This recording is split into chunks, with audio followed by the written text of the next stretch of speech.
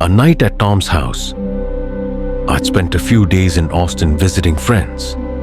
Since I live in Louisiana, it's a full-day drive back home. On my last day, an old high school friend, Tom, messaged me on Instagram asking when I was leaving.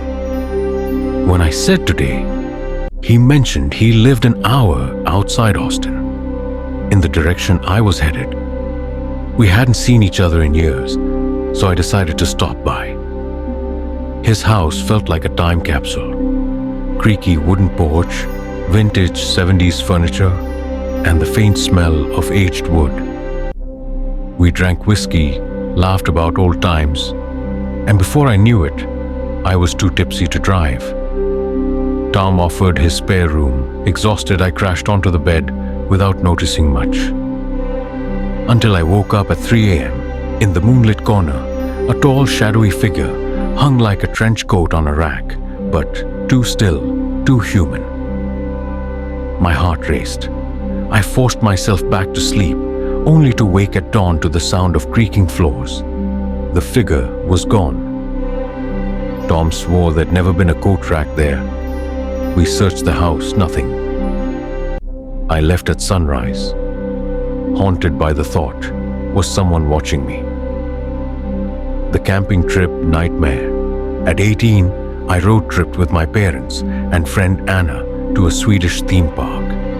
We couldn't find a campsite, so we parked in a secluded forest lot.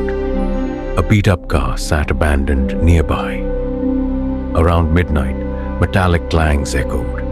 A shovel hitting gravel, a trunk slamming shut. The car sped off. Then, a man's blood-curdling scream pierced the woods. My parents didn't hear it. Minutes later, footsteps circled our tents. A car returned, headlights flooding our shelter. We hid trembling until a police car chased it away. The next day, I discovered a man had been murdered there, weeks earlier. Were the footsteps from his killer? The voice that knew our names?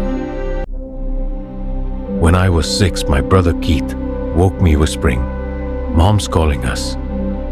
But her voice was a ghostly whisper from downstairs. We peeked through the stairway door. A shadowy woman smiled. "Hi, sweetie, come down." We screamed until our parents burst in. Dad searched the house. Cops arrived, but the woman vanished. Years later, my parents still swear they don't know who she was.